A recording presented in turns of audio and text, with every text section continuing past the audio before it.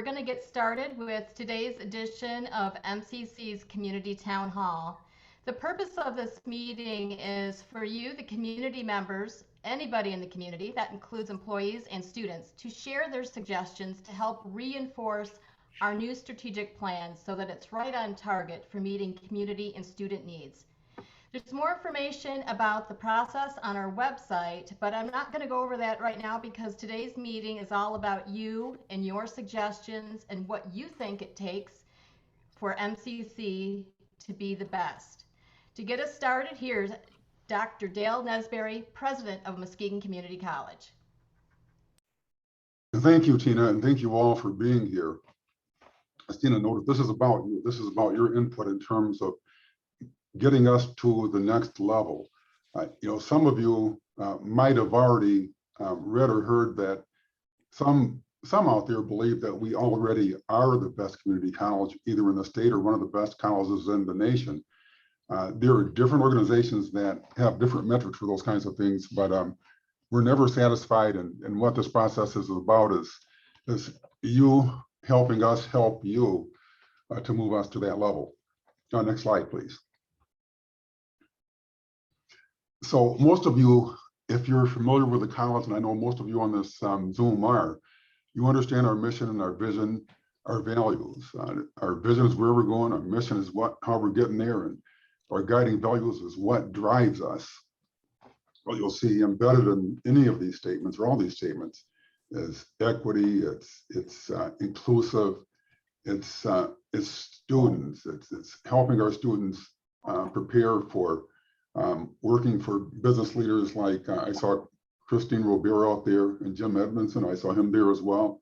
I know there's a lot of folks I can't see on my screen, but we're trying to do what we can to get our students prepared to work for you all. The next slide, please. So we're very gratified that we have well over 100 participants in this process. This is not our first strategic plan. We've been doing these for decades. But we're very pleased with the fact that the last, I believe, 3 plans, we've had over 100 participants here from on campus and off. We've been meeting for a number of months. And actually that July date is the first time we met formally in this strategic planning process, our 2022, 2027, 2026 process. And you can see in front of you what we plan to do and when we plan to do it. So we're going to launch this plan in January, and we hope that what we gain through this process will help us do it in an excellent fashion. Next slide, please. Well, these are our priorities. Part of the conversations that we've had on campus during the last several months led us to these. Now, they differ just slightly from our previous strategic plan, but what they do is they help direct us, in my mind, toward the next 20 years. I've had questions about, well, maybe this is an incremental process. We're not really changing very much and so forth. But I would argue that based upon the accolades, is what I'll describe them as, the college has received over the last 6-7 years in terms of the quality of what happens in the classroom and what happens outside of the classroom, including $55 million invested in the city of Muskegon, and actually outside, there's more in Ottawa and Newaygo counties as well. We've been doing what we can to help our community grow, not just in the classroom, but more broadly in the areas that you see. Next slide, please. So aspiring to be the best. I talked a little bit about this earlier, and again, specifically what I would like to focus on is the organizations that have ranked us very highly. They focus on primarily what's going on in the classroom. They focus on, to a certain extent, our economic impact on our region and how we compare in these regards to our sister institutions. But what I'll call the primary organizations that we've been familiar with over the years, they're focusing more on equity and inclusion. And we have some work to do there. Hence, one of the priorities that you saw on an earlier slide. But that's what we're trying to do now. We want to not just be the best in terms of what we've done traditionally, but we want to be the best in the ways that the gold standard organizations would like us to be. Next slide, please. And, you know, it's funny, we're doing this because most of what we do here on campus is based upon what our students ask for and our community asks for. And what you see embedded in the priorities, or what you will see, is what they're asking us to do. So that's what we're attempting to do here. Next slide, please. So we're engaging everyone that you see on this list and more to help us become one of the best community colleges in the nation. Again, as I noted, there are some who believe we're getting there now, ranked as highly as 19 in the nation of the 1,100 community colleges out there. But in the areas that count to us, we have work to do. So again, that's why we're here. Next slide, please. So what do you think? Help us out here.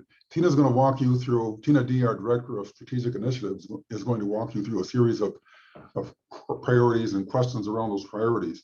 So please provide input, your suggestions, and I'll be sort of hanging out in the background as well, like my good friend and nationally respected exponent of planning, Dr. Nick Santilli, as well. We'll be sort of hanging out here. So let's go. Tina, it's all yours.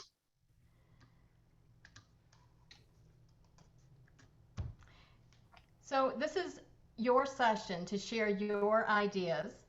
We do have topics on which we want to gather information around our priorities, but you can provide input on any area, and then we'll have a section at the end in case there's a topic that we didn't bring up that you would like to provide some input on. We have it divided into the first areas. For the first 5 bullets are related to our committees here. So we have our committee co-chairs on board right now, listening intently to your suggestions so they can take them in. One of the things I wanted to mention is that we're taking an appreciative inquiry approach to our planning. So we're really wanting to focus on what's important to you, what you value, what you appreciate, and what your hopes are for the future. So the first area that we'd like to get suggestions on would be the employee experience. And we're going to start out by wanting to understand what you appreciate. So we would like for anyone to come forward and either in chat or by just speaking out and tell us about a positive experience you had as a student, whether it was with our institution or another institution, or perhaps you heard about a positive student experience at MCC that you would like to share.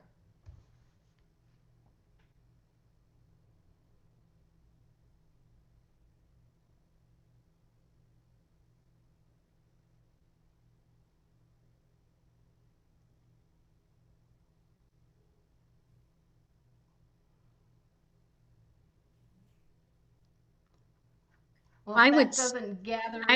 I Go will ahead. share that, I think it's been a while since my son was a student there, but I think one of the key things is the being able to go locally and be able to live at home and save costs of going away to school and have a good connection in the local community would be a positive thing that he shared with me. And his credits also transferred for him to continue on and get his bachelor's degree at another institution. That's good things for us to note. We also had Morgan Carroll in chat indicate that there is appreciation for the small class sizes, for our attention to detail, and engaged and connected professors. So we do have outstanding faculty here. That is for sure. They're very dedicated. Holly Benson indicates that students often share that our staff and faculty are very welcome and willing to help them succeed. That's great. Anybody else have a positive experience they wish to share? I'd like to just say when I went to MCC, it was like quarter line high is what people said. However, that didn't prove true when I got there, when dealing with the professors and that. But one thing I well remember, it was like, am I going to college? What's different about college than high school? And I remember the arts. And I wasn't involved in the arts, but I remember plays. I remember B.B. King being on campus. I remember this band from New Orleans, or somewhere in Louisiana, were on campus. Um, uh, just the music, all of that kind of stuff makes it or helps it to be a college where a student can have a unique experience different than high school. Thank you, Trustee Portinga. I would just like to kind of elaborate on what Roy said. I mean, I work here now, but was a student here right out of high school. And Roy, something that you said, I just like to elaborate on is the diversity piece. Coming right out of high school, obviously I'm 18. I came here because I didn't know what I wanted to do.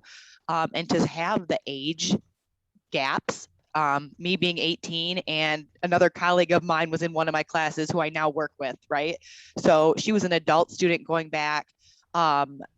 Age, race, ethnicity, all of that, I truly appreciated as a young adult trying to figure out, not just going to a four-year institution where it's like predominantly 18-year-olds. I really, looking back on my time here as a student, respected and learned so much from everyone and the diversity within my classes. So just to kind of elaborate on that. That's fantastic. Thank you for everyone for sharing. We got some additional helpful comments there in chat. The next area that we'd like to dig into to get your suggestions is we'd like to know what you value. So how would you describe that ideal positive student experience? As Trustee Portinga was mentioning, it was the integration and opportunity to get involved in the arts and to have that full college experience, perhaps with student life and athletics and all the other activities that go along with it. We'd like to know what you value and how would you describe the ideal positive student experience?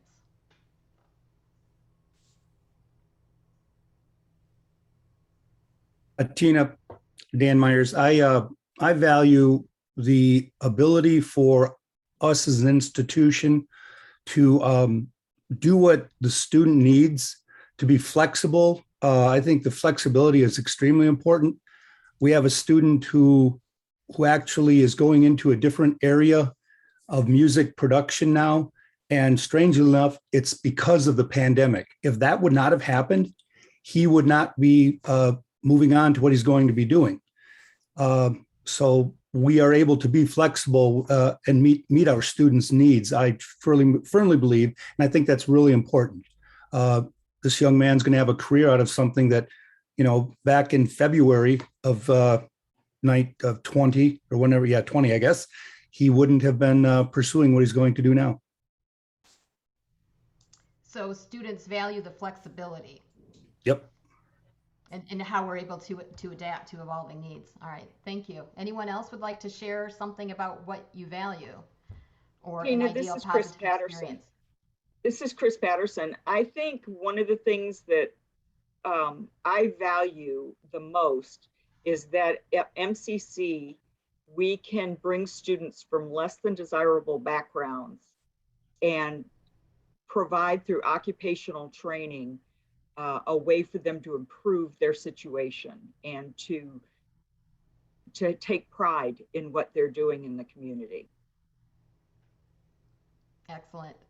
Someone in chat mentioned the immersive learning experiences or the experiential learning experiences. We have a lot more of those than what some other colleges might offer for first and second year college students. So that's another great thing to value. Another way to describe the ideal positive experience is that there's really, it's not just a great place for those who may need extra support for their academic progress, but it's a great place for those who are very advanced in their academic progress and they have unique opportunities to do research and other experiential learning opportunities. So that's something else that came up in chat. Any other examples that people would like to share? Tina, I'd like to, I value our approach and our philosophy to equity, giving the students what they need to be successful. And that it depends on their needs, and we try to adjust the student needs, understand those needs, and make sure that we approach it from an equity standpoint. So I like our approach institutionally, and I value that. I really, really value it. So. And I can add on to what Dr. Selman just said. This is Patty. And that I feel like we do a great job, and it's valuable to our students to support our students holistically. It's not just in the classroom, it's outside of the classroom and other things that they may need to help them be successful there.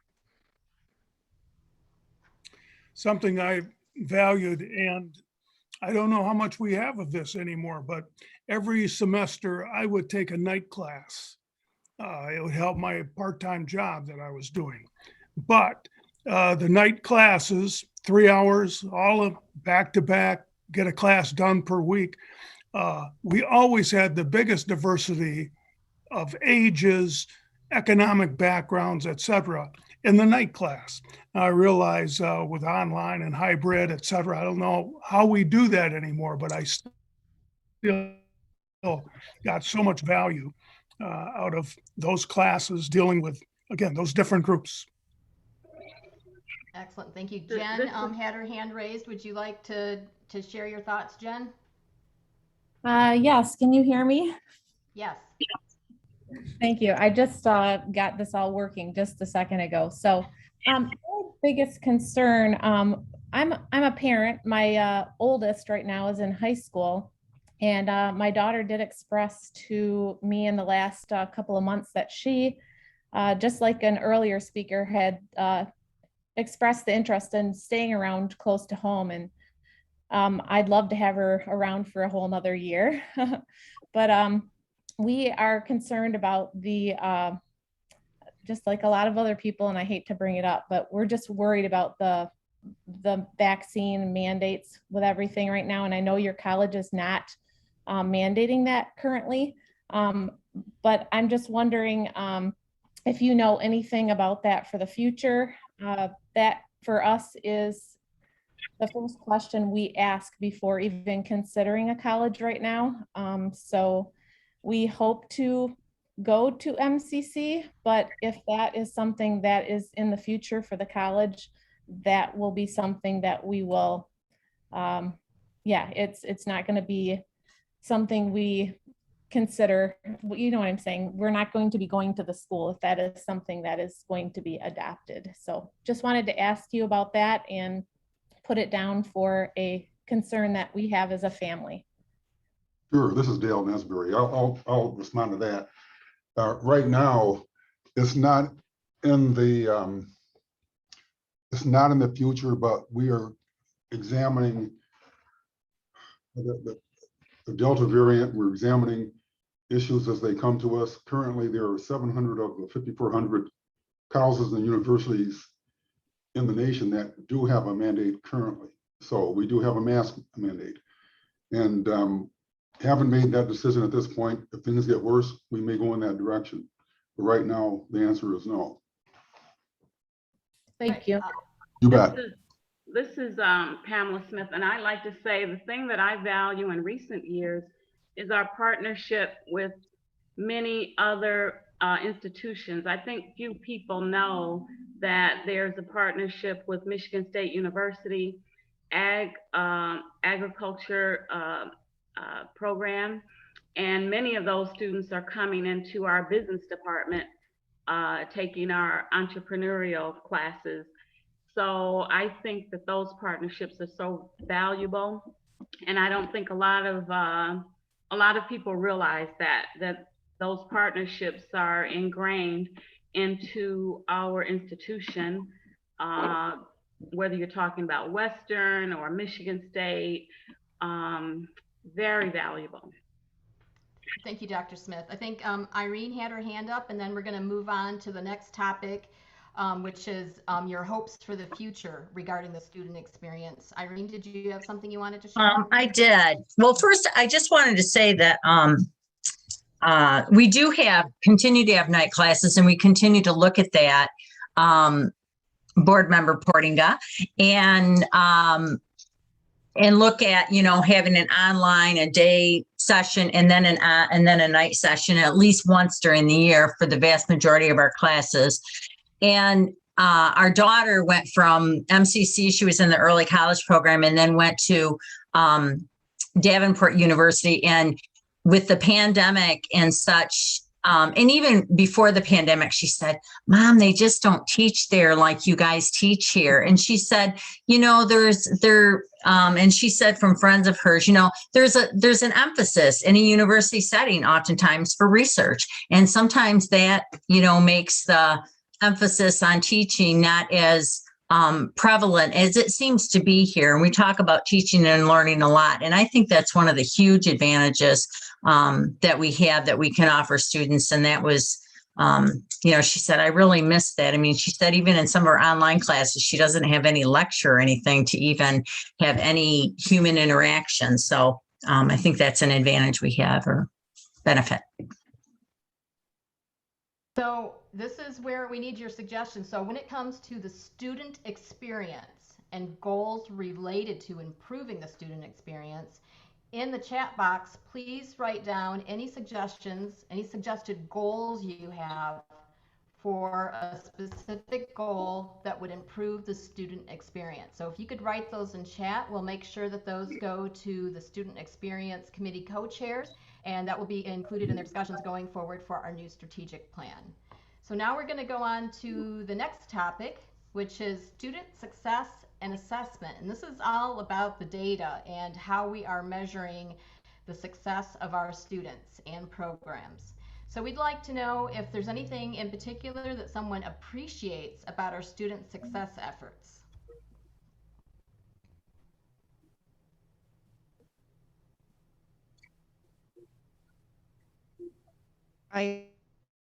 If I can chime up again, going back to my student days, which was, I was a student from 2007 to 2009, and then started working here again in 2011 when I graduated with my bachelor's degree. But just to see the student success initiative since I was a student to when I started working until now has changed so drastically, and I have loved to see that. Again, as an alumni and now as an employee, to see from it was just get students here to now the staff and support is coming around the student success efforts with the Jayhawk Hub, the food pantry, the emphasis that the staff has put on student success has just been me working in the student success area now too is part of my passion. But just to see the time and resources that MCC has valued that with the mental health and the counselors and all of that, I think that's a huge part of why we've become such a great community college, is to put our money where our mouth is. And we have with the student success efforts along these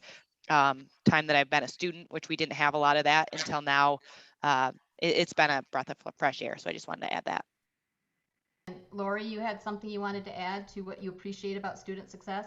I do. One of the things that I don't hear a whole lot about, but that was truly important for me as a student at MCC when I was a student way back in the day, which is a lot longer than Heidi, so we'll just leave it at that. But something that really, really helped me along the way in all of my endeavors going forward was that I was hired as a student employee in the records office. And that experience of being able to go to class and learn through a book what I needed to know, and then applying it in a situation where I had to work with people was really, really important. And you know, I know we do have a student employee program, which is wonderful. But I really think that you know, there's a certain amount of emphasis that needs to be placed on that and how valuable that is. Thank you, Lori. We're going to go to Trefny, and then we're going to move on to the values part of the discussion. But if you have anything to add for any of the topics that we're discussing, whether it's the appreciation part or the values or the suggestions, go ahead and put them in the chat if we don't get to everyone and have the opportunity for you to speak live. Everything in chat will be disseminated to all the planning co-chairs. So go ahead, Trefny. All right, thanks. I just want to express how much I appreciate the culture of helping the student. I've worked at a couple four-year colleges, universities, and one thing that is wonderful about this community college setting, and this community college in particular, is we don't have these weed out classes trying to, you know, we're here to help the students succeed. not try and dismiss them if they aren't succeeding. So that's what I really appreciate about this community college. Thank you. So make sure to help make sure that we end on time, I would just like you to reflect a moment on what you value when it comes to student success and assessment, and then share your suggestions for specific goals. How would we measure? How do you think we should be measuring student success and assessment going forward in the new strategic plan? What are your suggestions related to student success and assessment? So think about what you value and then just add something in the chat box, a suggested goal related to student success and assessment. Our next topic is inclusion and culture, and this addresses everything from diversity, inclusion, equity, and the whole culture of the college. And that's just not just the diversity, equity, and inclusion, but also everything that we're doing to collaborate with each other in the college, across departments, collaborate with other organizations. So it's what are we doing to improve the workplace culture and create a good culture, a good and welcoming culture for our students. So if anybody has anything to share about what they appreciate, there was a few topics that already came up about inclusion and culture for appreciation. Does anyone have anything else to add regarding what you appreciate about MCC's inclusion and culture efforts?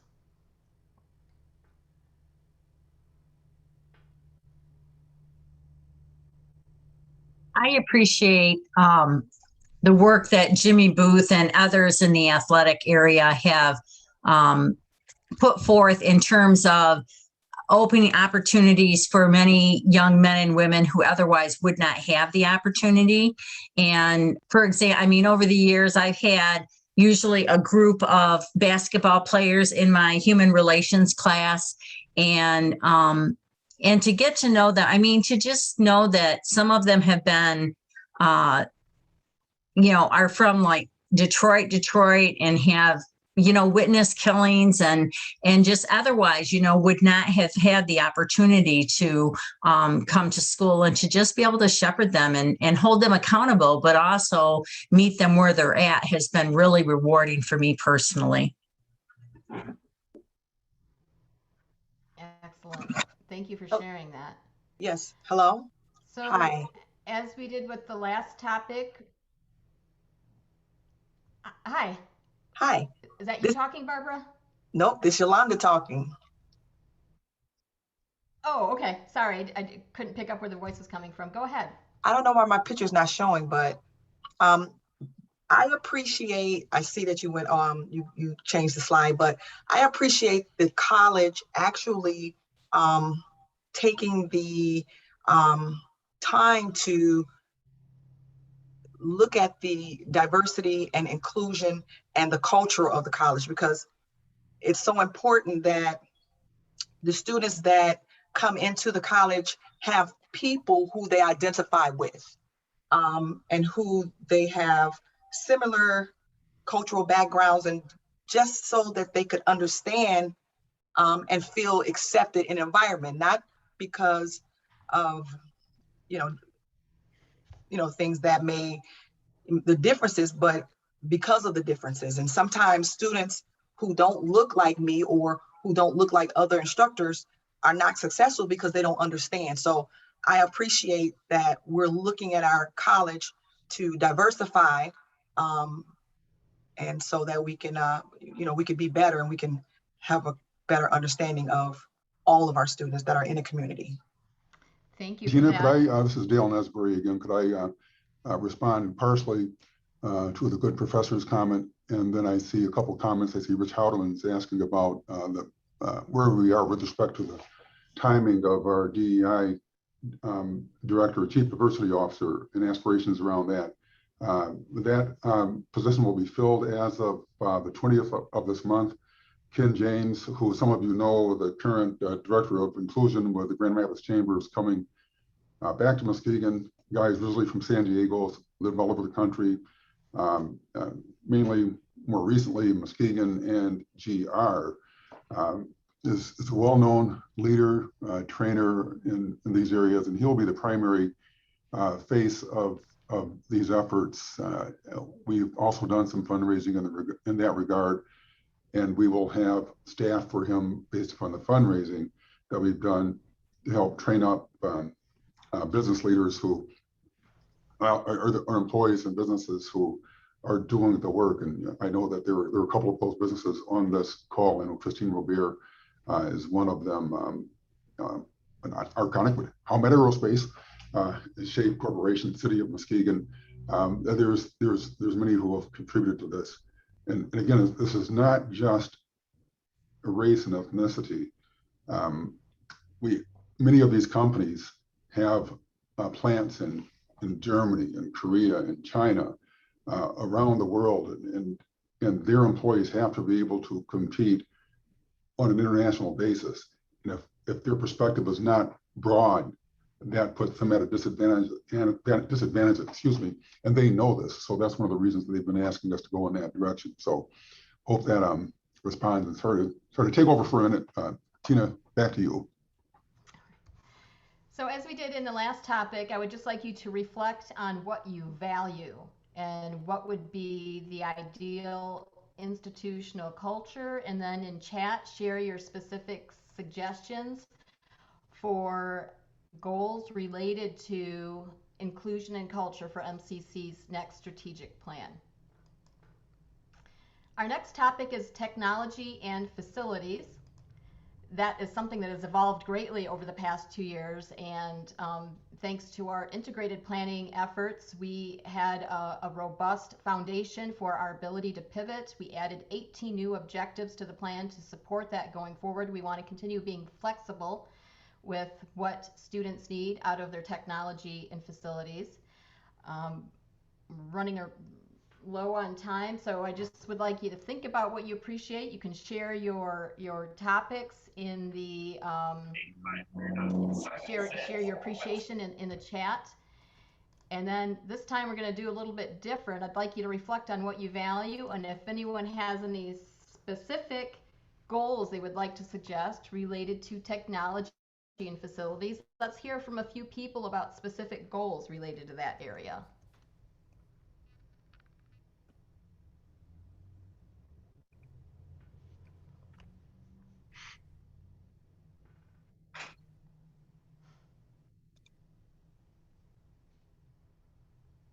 Is there anything you think our technology needs to do differently going forward to help support our student success?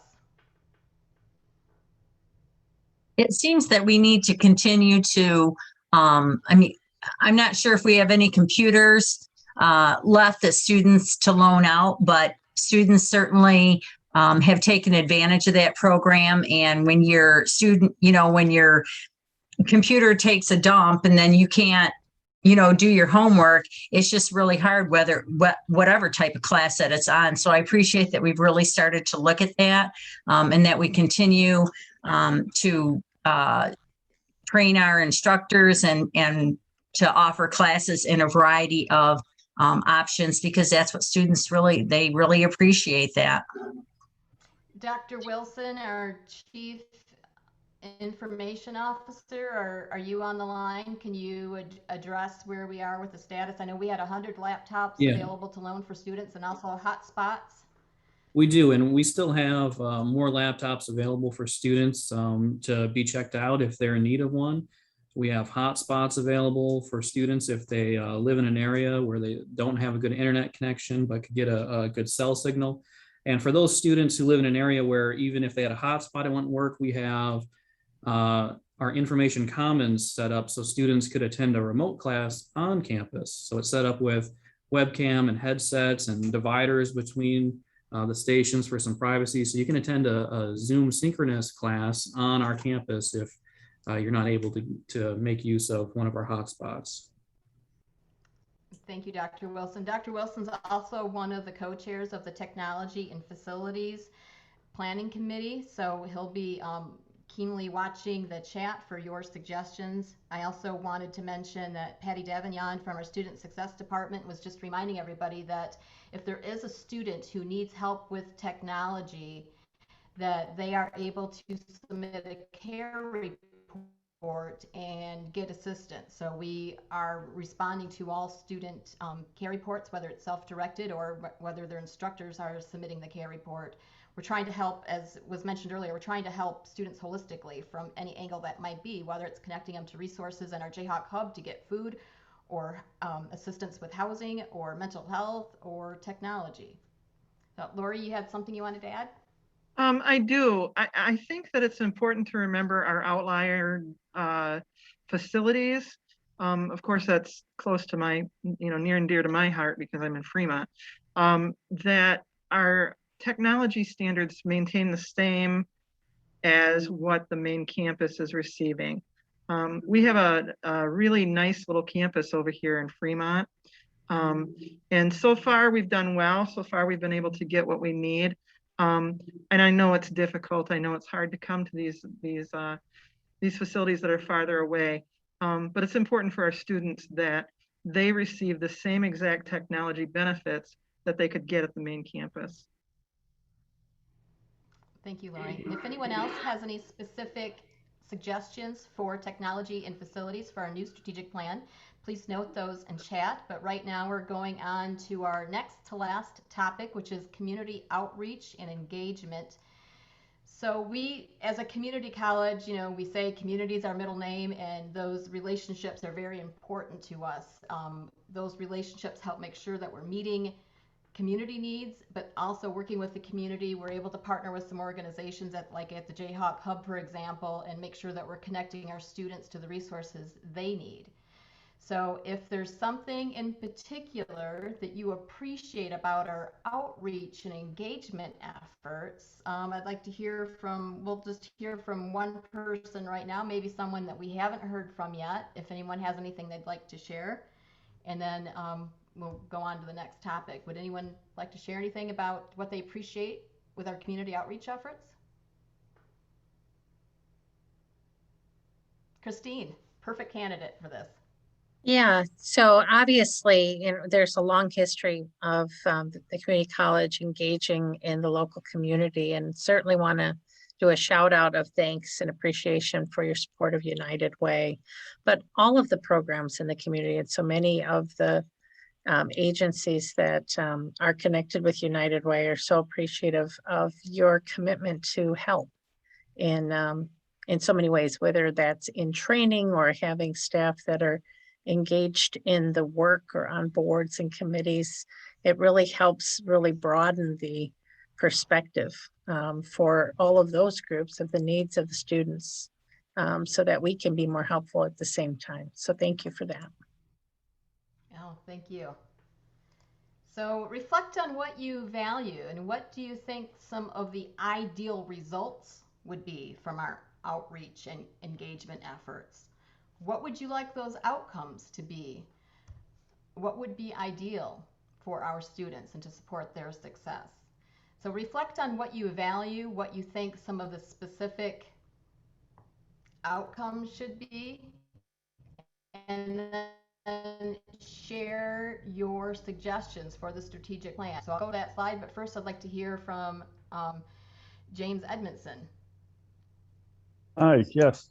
Thanks for having me and letting me participate. So I think the continued outreach that you do and the engagement with students at industry level, whether it's STEM or trade training, it's critical, is going to be more critical. All of us together as partners have to figure out a way to maintain interest and actually increase the interest of the younger generations that STEM education, trade education is a very good financial opportunity to get involved with, and it's going to continue. Real quick, national survey pre-pandemic said about 60% of high school students wish they were not learning about wars, but more on how to start a business, business classes. So that what that means is 60% of the students coming out of high school want business training. And it centers on how to start a business primarily. So getting more of them engaged in starting their own careers, which is now just, I'm sure that survey results would show that it's even more percentage that wants to learn how to start a business. And now with Farm there, in the MSU Product Center, along with what was already mentioned, the education courses that are going on in food science, technology, and what have you, we have a great opportunity. We get MCC to take over that facility in a few years with MSU holding down the Product Center. Their focus is on food, ag, technology, the sustainable side of that, whether it's reduction of waste, sustainable packaging, everything down to restaurant containers. There's a whole new world here that's opening up for our students in West Michigan that combines food science with waste reduction and sustainability. And it, I just hope it becomes very attractive. And like I said, we've got to work together to reach out and make that happen. Thank you for that. So as we've done with the other topics, reflect on the hopes for the future and provide your specific suggestions for our strategic plan as related to community outreach and engagement, perhaps focusing on what those desired outcomes might be. What would you like the results of these community outreach and engagement efforts to be? Could it be anything related to collaborations, workforce development, marketing and enrollment support, increasing awareness about financial aid and scholarship opportunities that some students may not, or prospective students may not be aware of? If you have any specific goals for our new strategic plan related to this area, please share them in the chat, and we'll make sure that goes to the co-chairs for that committee. So is there anything that we missed? Is there another topic that you think our strategic plan should address that we didn't bring up?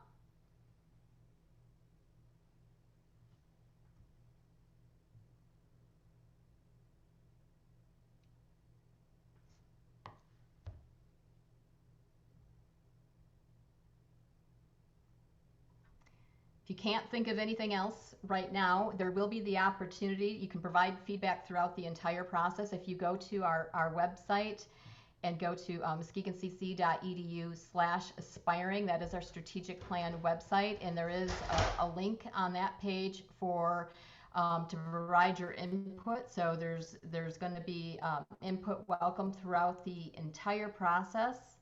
I think someone just had their hand up. Was that Barbara? I did, but I'm just going to put it in chat. Okay, thank you. So there's the opportunity to give feedback throughout the process. You know, this is a strategic plan that's for the community, by the community. So this is your strategic plan. This is something that we're doing to fortify and improve the whole community. So it's for the students, for the community. We're wanting to make sure that it meets student and community needs. So if you have any other ideas, keep them coming. The committees are going to be meeting through October. In October, they will have their proposed goals. So next month, we'll be having some strategic plan preview forums. So we'll be promoting our proposed goals to you, the community members, and getting your feedback on them. So before anything gets finalized, you'll have one more opportunity to provide feedback on those proposed goals.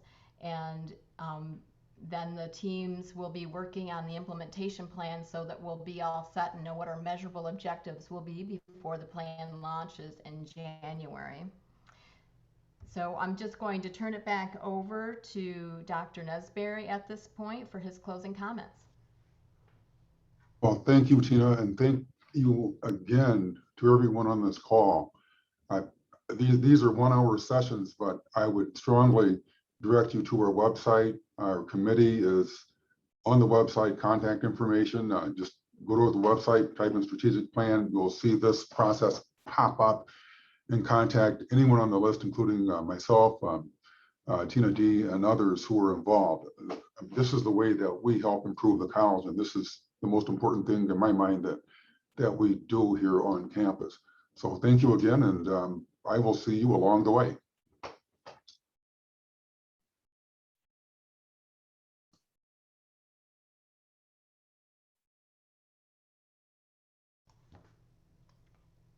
I'll just leave the meeting open for a few more minutes. So if you're still typing in any comments, you will have up until 3 o'clock to add those. So that concludes our presentation and participation. But again, the meeting will just remain open until 3 o'clock. So feel free to gather additional thoughts and share them in chat. And thank you very much for joining us today.